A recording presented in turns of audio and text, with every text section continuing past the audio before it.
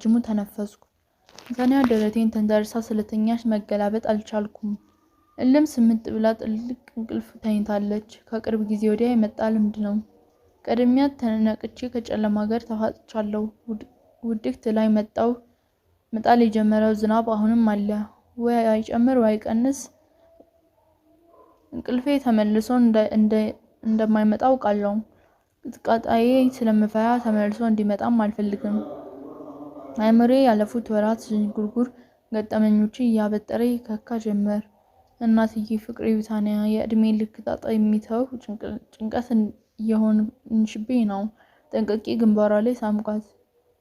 ከሚያዘው የኢህአፓ ማዕከላዊ ኮሚቴ ስብሰባ ማግስት ነበር ዕለቱ።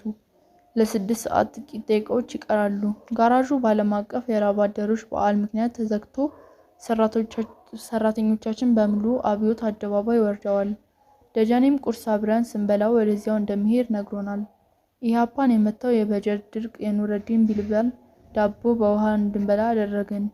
ይሉኝታ እየያዘኝ ነው እንጂ እኔ እንኳን ችግር የለብኝም። ምግቤም ማዳሬም ምንም ከቢታንያ ጋር ከሆነ ቆይቷል። ማንም ተመልካች የሚያስገርመው የሁለታችን መተሳሰብ ሊደበቅ አልቻለም።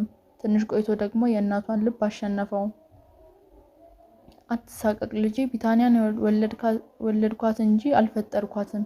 መፍጠር የእግዚአብሔር ነው። ካንተ ጋር ከየትም አምጥቶ ያገናኘን ፈጣሪ ነው። እንደዚያ ያዘጋጀሁላችሁ መልካም ነገር ቢኖር ነው ካሉኝ በኋላ ልጄ ላም ቀንድ አይከብዳትም ይባላል። ከቢታንያ ጋር አንድ ላይ ስትበሉ ሳይበላችብኝ ብዬ ቅልል ይለኛል። አደራ ሰመረዬ፣ ባሏልህም ካሁን ወዲህ ልጄ ነህ። ተሳቀህ ወይም ደግሞ በይሉኝታ አንዲት ጉርሻን ብትሆን ጥለሃት ከበላህ ልጅ አይደለህም። የሐሳብ ቀዘፋዬ አቅጣጫ ወደ ጋራዥ መለስኩት። እኔና ኢሳያስ ቢሮ ብቻ ቁጭ ብለናል። እሱም ብዙ አልቆየም። የድርጅት ተልእኮ እንዳለበት ነግሮኝ ተለይቶኝ ወጣ። ወደ ባሉ እንደሄደ አውቃለሁ። እሱ ከሄደ በኋላ አንድ ነገር ትዝ አለኝ። አብዮት አደባባይ በበዓሉ ስነ ስርዓት ላይ ኢህአፓ ደርግና መሲሆን ያወግዛል። ይህንን ለማስፈጸም የአዲስ አበባ ኢህአፓ በቀጠና ኮሚቴ ታዟል። ስለዚህ የጋራዡ ሰራተኞች በሙሉ ሄዱት ለዚህ ተልእኮ መሆኑ ገባኝ። ከፖሊስ ጋር ግጭት እንደማይቀር ገመትኩ። ልክ ይህንን ሳስብ መንፈሴ ድንገት እርብሽ አለ። ቤቲስ ቅፍፍ ብሎኝ ከወንበሬ ተሽቀንጥሬ ተነሳው። ሄዳብኝውን ጭንቅላቴ እንደ ጉሽ ጠላ ድፍርስ አለ። የክርስቶስ ምስል ሳነሳ ፍላጎቴ ሌላ ነው። ቀዩ በር ለመድረስ እርምጃዬ የኤሊ ጉዞ መስሎ ታየኝ። በፍጥነት ከፍቼው ገባው። ግቢው ውስጥ የሚሰማኝ የዳግላስ ጩኸትና የወይዘሮ ማስተዋል የሳል ኪርኪታ ብቻ ነው።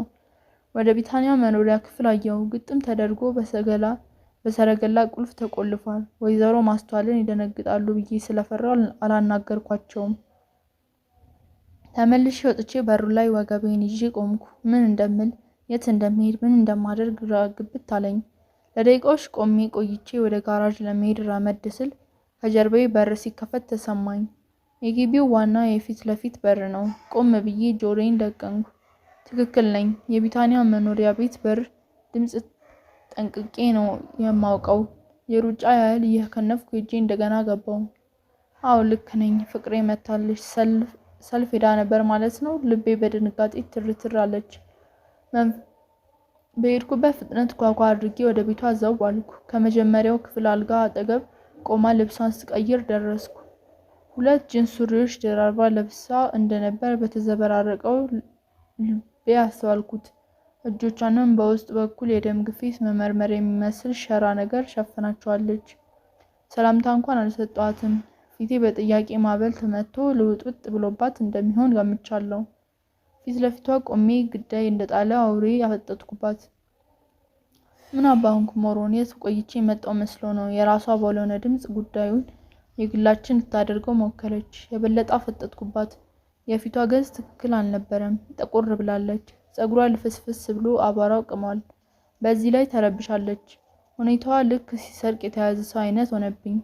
ግራ እጇን የሸፈነችበትን ሸራ ልታነሳ ስትሞክር ደግሞ በኃይለኛ የህመም ስሜት ፊቷን ጭምድድ አድርጋ ስቃይ የበለጠ ጉልበት ጨምሮ መንፈሴን እንደ ጦር ወጋው። በሁለት እግሯን በትክክል መቆም አልቻለችም። እያነከሰች እንደሆነ ገባኝ። የሐሞት ከረጢቴ በንዴትና ከድንብሩ በወጣ ቁጣ የፈነዳ መሰለኝ። ንገሪኝ፣ የት ነው ቆይተሽ የመጣሽው? መላ ሰውነቴ እየተንዘፈዘፈ ተጠጋኋት። ቢታንያ የቁጣዬን ጥልቀት በደንብ ተረድተዋለች። ነገር ግን ነገሩን ማባባስ የፈለገች አትመስልም። በፈገግታም በቀልድም በምንም ብላ ቀላል ልታደርገው ስትጥር አይኗ ላይ አነበብኩት። ምን አባልት ላይ ነው? እረ ይሄ ሞሮን የተጋባን ጊዜ ሽመልህ ይዛ ነው የምትጠብቀኝ? ወዲያው ደግሞ ሀሳቧን ቀይራ እናማ ጌታዬ እንዴት ልደግፍ ስትለኝ ከላይ እያናፋው ሄጄ ደረቷን ያስኩት። ልብሶቿን ከውስጥ ሱሪያና ወልቅልቅ አደረገች። አሁን ሚስጥሯን መደበቅ አልቻልኩም። በዓሉ ላይ ተገኝታለች። የእኛን ጋዜጦች ዲሞክራሲያና ላባደር ስትበትን ውላ መምጣቷን በተዘዋዋሪ አመነችልኝ። ቅጥል ንድድ ጭስስ አልኩ። ጥይት ተተኩሶ ሰልፉ ሲበተን በግፊ መሃል በተደጋጋሚ ወድቃለች። በመጨረሻም በፖሊስ ቆመጥ አላመለጠችም። ባለፈው የማዕከላዊ ኮሚቴ ስብሰባ ላይ ብዙም ትኩረት ያልሰጠሁት ማሳሰቢያ በዘሩ ክሽን ሲነገር ሰምቻለሁ። ወዲያው የመጣልኝ እሱ ነው። ኢህአፓ አጠቃላይና ብሔራዊ ለሆነ የከተሞች ህዝብ አመጽ ራሱን ማዘጋጀት አለበት። ምሳል በላም ብዬ ብዙ ለምናኝ ነው የተቀመጥኩት። የድርጅቴ አመራር 5-6 ጊዜ ስህተት ሰርቶ ታየኝ። ቅሬታዬን በተደበላለቀ መንፈስ ውስጥ ሆኖም ላደራጀው ሞከርኩ። የከተማን ህዝብ በተለይ ወጣቱን ለአመጽ ማነሳሳት ምን ማለት ነው? አዲስ አበባ ውስጥ ደጋፊና ተቃዋሚ ተለይቶ አይታወቅም። የዕለት ኑሮውን ለመደጎም ደፋ ቀና የሚል ህዝብ ነው የሚኖርበት። ድርጅቴ ይህንን ህዝብ አነሳስቶ በደርግ ላይ ጫና ለማድረግ እየሞከረ ነው። የሞኝነት ሁሉ ትልቁ ሞኝነት ነው። የስም አብዮት የተካሄደበትን የብዙሃን ገበሬ ሀገር ምንም ሲመለከት ይችላል። የከተማ ህዝብ ተሳታፊና ደጋፊ እንጂ ታሪክን የሚያራምደው ገበሬ ነው። ድርጅቴ ታዲያ ይህንን የተሳሳተ ውሳኔ የወሰነው ለምንድን ነው? በቃ ምክንያቱ ከደርግ አፍንጫ ስር አንድ ከተማ ውስጥ አብሮ ስለመኖር ነው። እንደፍም የሚጠብሰኝ ብስጭቱ ጉልበት ጨምሮ ተመላለሰብኝ። አይኔን እያጉረጠረጥኩ ወደ እሷ ተመለከትኩ። ቤቲ ለምን እንደዚህ በዛው ውሎሽ በጣም ቅር ብሎኛል። በዚህ ውስጥ የሚመጣ ቢሆን ኖሮ ለመሞት የሚቀድመኝ አይኖርም ነበር። ትክክል አይደለም። ከዚህ በኋላ ምን እንደሚያሰሩሽ ጨርሼ መናገር አቅቶኝ እንጠልጥዬ ተውኩት። እንጃባ ሞሮ ማንም የፈለገውን የሚያሰራኝ እንስሳ መሰልኩ እንዴ? የውሸት ቁጣ ልትቆጣኝ ፈለገች። ቀጥታ ባነሳችው ከድርጅታችን የትግል ስልት የተለያየ አቋም እንዳለን ሳትረዱ አልቀረችም። ደፍረን ፍርጥርጥ አድርገን ሀቁን መነጋገር ግን አልቻለም። የምንግባባው ሁሉ ነገር በጥቅል እያወራን ነው። ሁለታችንም የኢህአፓ ህቡዕነት ህግ መድፈር ክህደት ሆነብን። ያሳዝናል ብዬ ረጅም የመከፋት ንፋሽ እንደገና ተነፈስኩ። ከረጅም ሰዓት በኋላ ወደ ጋራዥ አልተመለስኩም። በክንክን እያልኩ የቢታንያ የተጋጋጡ የሰውነቷን ቦታዎች የፖሊስ ዱላ ያረፈበትን የጀርባዋን አካባቢ ስነካካ ህመም የሚፈጥርባት አካሏን ሁሉ በሞቀ ውሃና በመታሻ ቅባት ሳሻት ዋልኩ። ነገሩ በዚህ ቢያበቃ ባልከፋኝ ነበር። ከዚያ ወዲያ ቅሬታ የሚፈጥርብኝ ነገር መጣ። ቢታንያ በሳምንት ወይ 2 ቀናት ከሰዓት በኋላ እልም ብሎብኝ ትውላለች። ምሽት ላይ ስትመጣ ታዲያ ሰውነቷ ድቅቅ ብለው ትዝላለች። ፊቷም ጥቁር ይልና የደረቷ ላብ ግንባሯና ማጅራቷ አካባቢ ያለው ገላዋን መታጠብ ሁሉ እንደደከማት እኔ አጥባታለሁ። ማታ ስንተኛ ታዲያ በቁመቷ ልክ ዥው ብላ ትወድቃለች። የእንቅልፏ ጥልቀት አንዳንዴ ኮማ የገባ ህመምተኛ ትመስላለች። ወታደራዊ ስልጠና እየሰጣት ይሆን ብዬ አስብና ቤትዬ እኔ እኮ በጣም የተጨነኩ ነው። በጣም ግራ እየገባኝ ነው። የት ቆይተሽ ስትመጪ እንደዚህ እንደምትሆኚ ሊገባኝ አልቻለም። ትክዝልባታለሁ። እዚህ ወጣቶች የአካል ልምምድ ማዕከል አለ እኮ እዛ ቆይቼ መምጣቴ ነው። ሰሙዬ አትጠራጠረኝ። አልቀበላት ስል ያባባቷ በእናቷ በሚካኤል የመሐላ አምል ማአት ትምልልኛለች። በመጨረሻም ሰመረ ያሳጣኝ በእጄ መዳፍ ትመጣዋለች። እንዲህ ስትለኝ መለስ ሲልኝና ጨዋታ እንጀምራለን። በድርጅቴ ላይ እምነት የተወሰኑ ግራሞች ተሸራርፈው መቀነሱ ግን አልቀረም። ያም ሆኖ እኔም ሆንኩ ኢሳያስ ለራሳችን የገባነው ቃል አለ።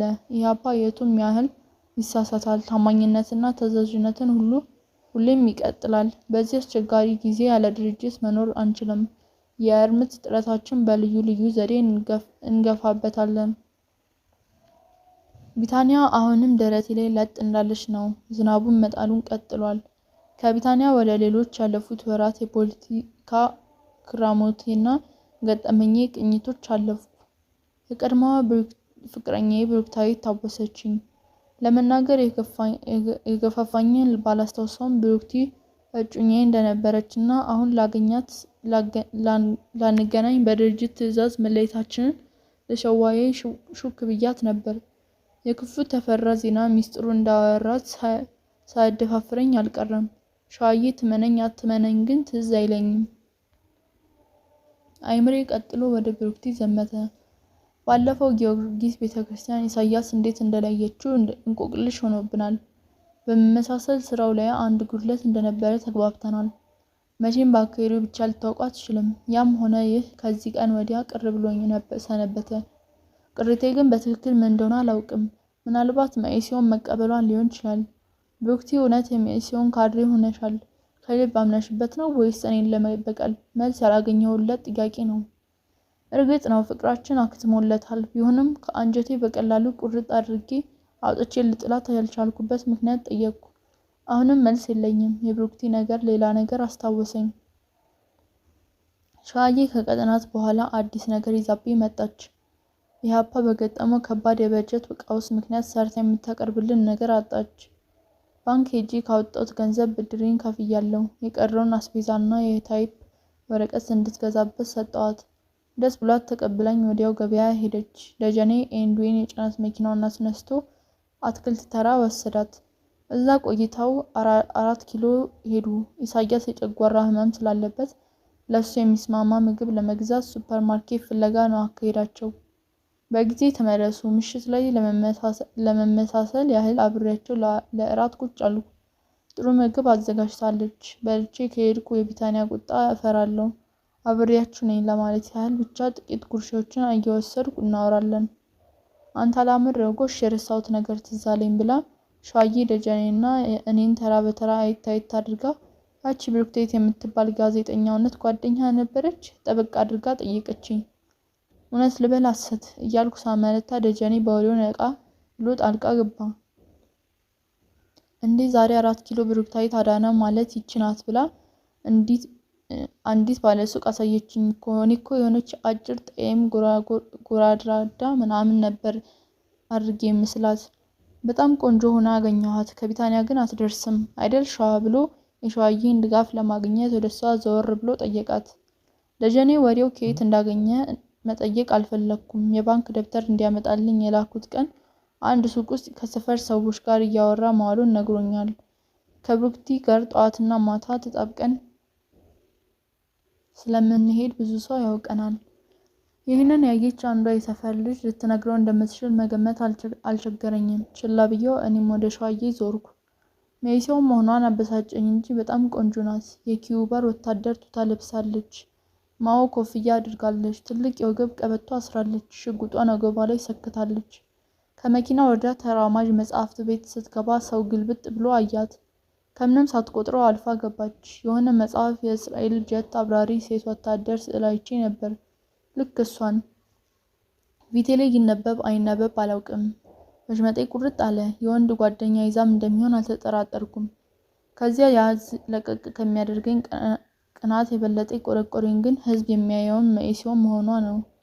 ክንክን አድርጎኝ ከነከነኝ። መኢሶን በብዙ ምክንያቶች ልክ የአባቴ ገዳይ ደመኛ ያህል እጠለዋለሁ።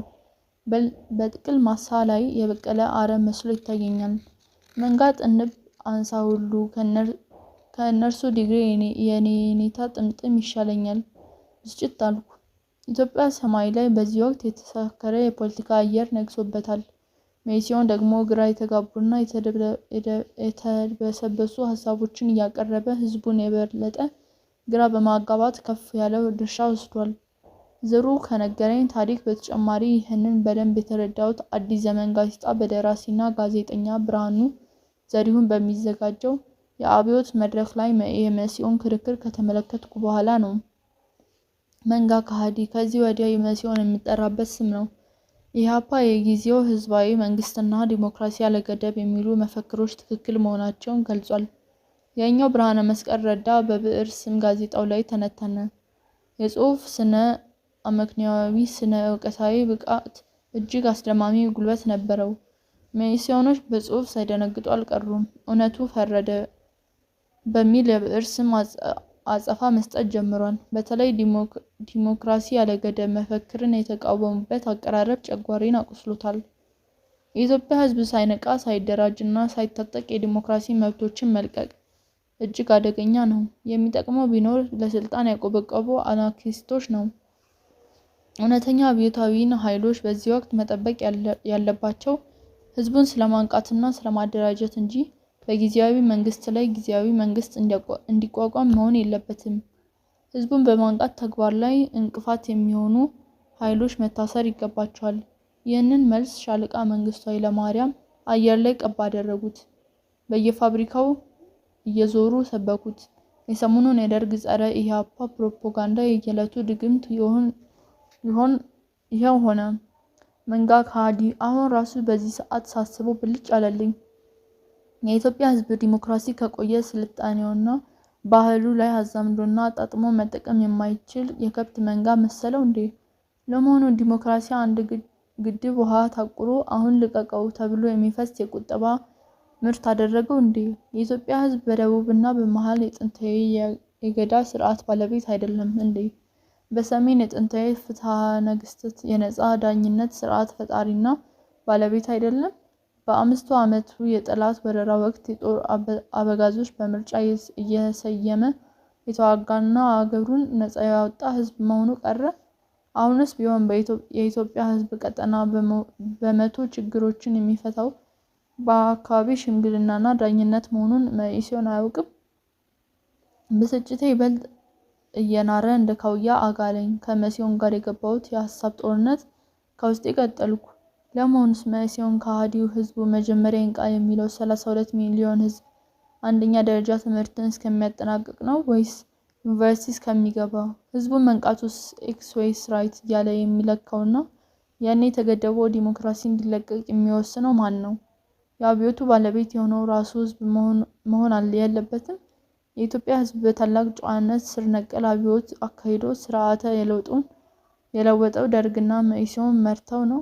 የኢትዮጵያ ሕዝብ ዲሞክራሲ ከቆዩ እሴቶች ጋር እያዛመደ ከቀን ቀን ይለማመደዋል እንጂ እንዴት እንደ ኳስ ጨዋታ ወይ እንደ ሩጫ ውድድር የዲሞክራሲ ፊሽካ እስከሚነፋ ጠብቅ ይላል። ንድድ አለኝ እና ብሩክትዬ ጨክነሽ እነዚህ ባንዶች አባሎች በጣም ከፋኝ። መኢሶን ከከፍተኛዎች ምርጫ በኋላ የአብዮት ጥበቃ ኮሚቴዎችን በየቀበሌው እያደራጀ ነው። ደርግ በተለምዶ አፈሹል ጓንዴ ወይም ዲሞትፈር የሚባል ጠመንጃ ከህንድ ሀገር ገዝቶ አስገብቷል። የአብዮት ጥበቃ አባላት በሙሉ እሱን ታጥቀዋል። ከ3 እስከ 5 ሳምንት የዘለቀ ወታደራዊ ስልጠናም ተሰጥቷቸዋል። ምልመላው ገና የሚቀጥል ይመስላል። አሁን ዝናቡ እየቀነሰ ነው። ቢታንያ ብትት ብላ ከተወራጨች በኋላ እቅፌ ውስጥ ገባች። አልፎ አልፎ መቃዠትም ይፈታተናታል። የምትናገረው ነገር በደንብ አይሰማኝም። የሀሳብ ቀዘፋዬ ትኩረቱን ቀየረ። ባለፉት 2 ወራት አካባቢ የኢህአፓ ማዕከላዊ ኮሚቴ ስብሰባ አላደረግንም። የጸጥታ ሁኔታው ከቀን ቀን እየከፋ መምጣቱ ነው ይፋዊ ምክንያቱ። ብርሃነ መስቀል በበኩሉ ይሄንን አይቀበልም። ከኔ ጋር ተራርቀናል። ኢሳያስ መግለጫ የሰጠንበትን የህብረት ግንባር ጥሪ ሂደቱን የማዘግየት ቢሮክራሲያዊ ዘዴ ነው ብሎታል። ቢታንያ እንደገና ብትት ብላ ስነቃ ትኩረቴ ወደ እሷ አዞርኩ። በዳበሳ ፈልጋኝ ሆዴን ስነካው ዞር ብላ ጥምጥም አለችብኝ። ሰሞኑን እየደከማት ስለምትመጣ የፍቅር ጨዋታ ቀንሰናል፣ እንዲያውም ትተናል ብባል ይቀላል። አሁን ልታካክሰኝ ሳይሆን አይቀርም። በጣም ጥብቅ አድርጋ ይዛኝ ስስመኝ ጀምሮ የአሁን አይምሬ አስተካክያ አጸፋው መለስኩላት። እኝ ብሎ የሚለው ዝናብ ሳይቆም ንጋት ሆነ። ቅድሚያ ተነስቼ ልብሴን ስለባበስ እሷን ፈጠን ብላ ተነሳች። ወዴት ነው በዚህ ቅዝቃዜ? እንደቀል ጠየቅኳት። በሞትኩት አንድ ስራ ነበረኝ የደረስቸው ሰሙዬ ልቤን ያጠፋው እኮ። በል መኪና ይዘና ፒያሳ ድረሰኝ ትመልሳለህ። ቶሎ በል ሆዴ በጣም ዘግይቻለሁ ጥድፍድፍ አለች። የድርጅት ስራ መሆኑን መገመት አልከበደኝም። ፍቅረኛዬ ለአደጋ እያጋለጥኩብኝ ነው። ግን ምን ላድርግ? ትካዜ ገባኝ። አብረን እንድንሄድ ስጠይቀኝ ትንሽ ይሻለኛል። መሳሪያ ቢደቅኑባት ቀድሜ እጥልላታለሁ፣ ብትወድቅ አነሳታለሁ፣ ብታመልጥ ይዣት እሰውራለሁ። መኪና ለማምጣት ወደ ጋራዥ ሄድኩ። ፒያሳ 12ቷን እየነዳው ስመለስ በግቢው የጎን በር በኩል ጠበቀችኝ። ወደ ፒያሳ የኑረዲንን ዳቦ ቤት ስናልፍ የዝናቡ ጨምሮ አስፋልቱ ውሃ ተኛበት። ፒያሳ ስንደርስ ወደ ጣይቱ ሆቴል ታጥፈን ወደፊት ለፊት ሄደን አንድ ቪላ ቤት ስንደርስ ቆምን። ቢታንያ ልትወርድ በሩን ከከፈተች በኋላ በድንጋጤ ወይኔ ጉዴ ብላ መልሳ ዘጋችው። ምንድነው ፍቅሬ ምን ተፈጠረ ብዬ በእሷ በኩል ባለ መስኮቱ መስታወት ወደ ውጭ ተመለከትኩ። ትልቅ ቪላ ቤት ነው። የግቢው አረንጓዴ በር እስከ እንጥሉ ተከፍቷል። 10 የሚሆኑ ፖሊሶች በሩ ላይ ግቢው ውስጥ ይተራመሳሉ።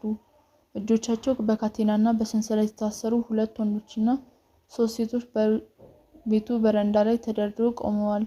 በረንዳው ላይ 2 አደፍርስ ማባዣዎች፣ 4 የታይፕ መጻፊያዎች ተቀምጠዋል። ለስርጭት የተዘጋጀ የዲሞክራሲ ጋዜጣ ክምር ታየኝ። ልጆቻችን በድንጋጤ ሞተር አስነስቼ ማርሽ ሳስገባ አንደኛው ፖሊስ ከሌሎቹ መሃል ነጠል ብሎ መጣብን። ማን ያቁም እንዳትንቀሳቀስ የለበሰውን የዝናብ ልብስ ከጉንጮቹ አካባቢ እየሰበሰበ በጩኸት አዘዘኝ።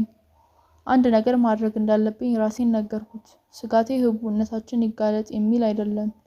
ለምን በዚህ ቦታ በዚህ ሰዓት እንደተገኘን ለማወቅ ሊይዙን ይችላሉ። ቢታንያ ቢጫ ቦርሳ ውስጥ ምን እንዳለ አላውቅም። እኔ ሽጉጥ ይዣለሁ። ፍተሻ ካደረጉ ሁለታችንም ጥብስ ሆነን ነው።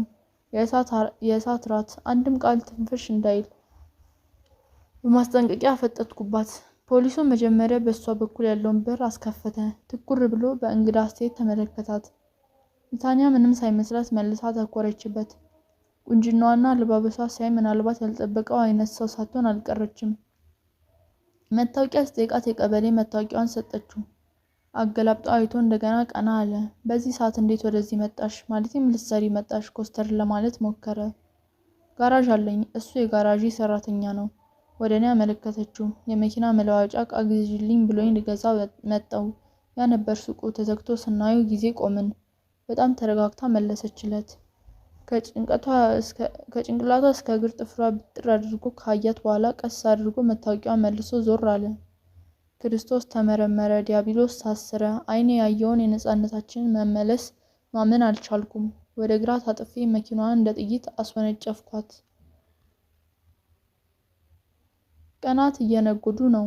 ከሰዓት በኋላ ኢሳያስን መኖሪያ ክፍሉ ትቸው ወደ ምድር ቤት ወረድኩ።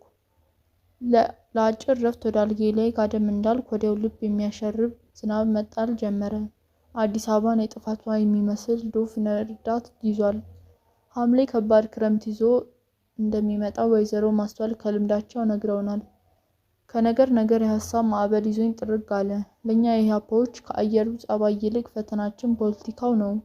ጨርሶ ምቾት አይሰጥም። በደርግና በመሲዮን በኩል የሚያበሳጭ ነገር አለ። ኢህአፓ ችላ ብለው በቀበሌና በከፍተኛ ማህበራት ማደራጀት ላይ ሙሉ ትኩረት አድርገዋል። ባለፈው የሚያዝያ ማዕከላዊ ኮሚቴ ውስጥ መሰረት ለህብረት ግንባር ጥሪ በዲሞክራሲ በኩል መልስ ሰጠ። አዲስ ቅድመ ሁኔታዎች አስቀድመናል። እነርሱ ከተሟሉልን እንተባበር ዝግጁ ነን አልን። በተሰጠን መልስ የእድሜ ልክ ጸጸት ሆኖ ቁጭ አለ። መኢሶን ቀደመ። ኢህአፓን ለህብረት ግንባር ጥሪው ማን ጋበዛትና ነው ተኳኩላ የቀረበችው?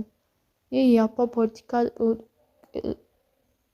የኢህአፓ ቅልውጥና የግንባር አመሰራረት ሂደቱ ምን እንደሚመስል ካለመረዳት የመጣ ችግር ነው።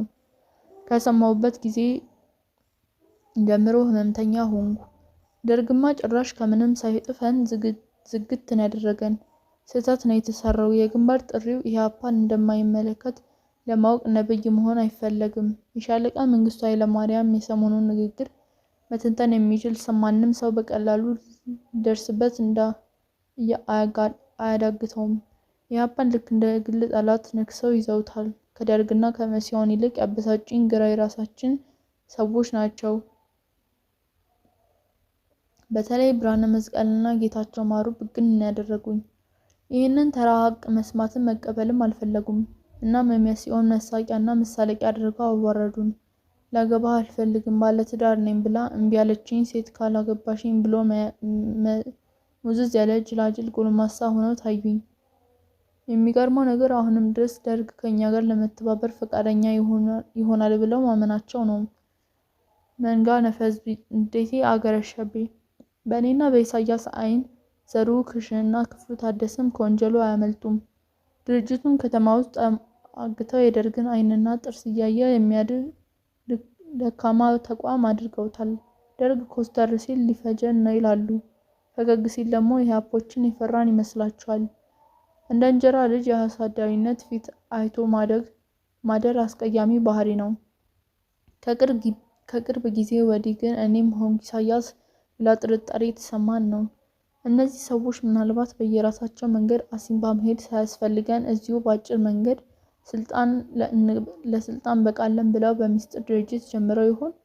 ይህንን እንድጠረጥር ያደረገን አንድ በቂ ምክንያት አለን። ሁለቱም በኩል በጊዜው የምናየው የአቋም መዋዠቅ ነው። ብርሃነ መስቀል ለምሳሌ እነ ተስፋዬ መኮንንን ኢህአሰን ከተው ሲመጡ የሞት ፍርድ እንዲወሰንባቸው አድርጓል።